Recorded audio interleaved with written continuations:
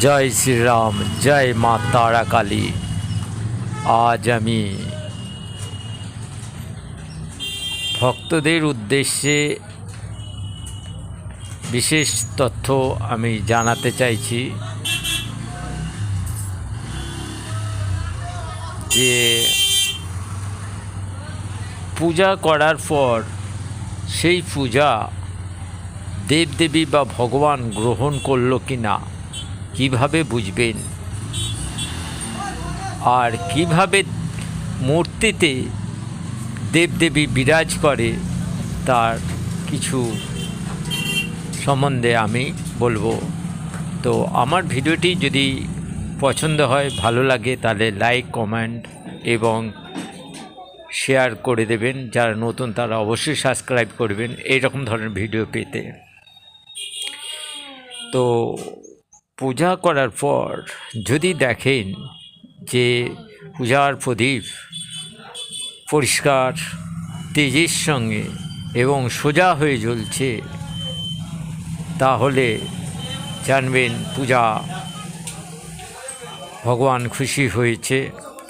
এবং যদি ধূপের ধোঁয়া ভগবানের বা দেবদেবীর মূর্তির উপর যে পড়ে, তাহলে জানবেন যে সে পূজা ভগবান খুশি হয়েছে বা পূজা গ্রহণ করেছেন।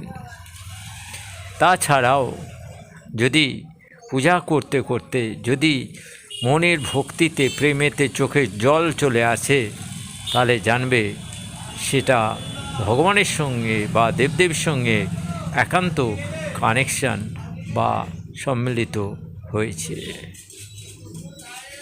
কিংবা পুজো করার পর হঠাৎ যদি কোনো অতিথি সেখানে এসে যায়, তাহলেই জানবেন ভগবান পূজা গ্রহণ করেছেন বা সন্তুষ্ট হয়েছেন। এবার বলবো যে মূর্তির মধ্যে কিভাবে ভগবান প্রতিষ্ঠিত হন। মূর্তি তৈরি করার পর বা মূর্তি কিনে আনার পর তার মধ্যে প্রাণ প্রতিষ্ঠিত করতে হয় বিশেষ পবিত্র মন্ত্র বা ভক্তি দ্বারা। ভক্তের মনের ভাব সেই মূর্তিতে প্রকাশ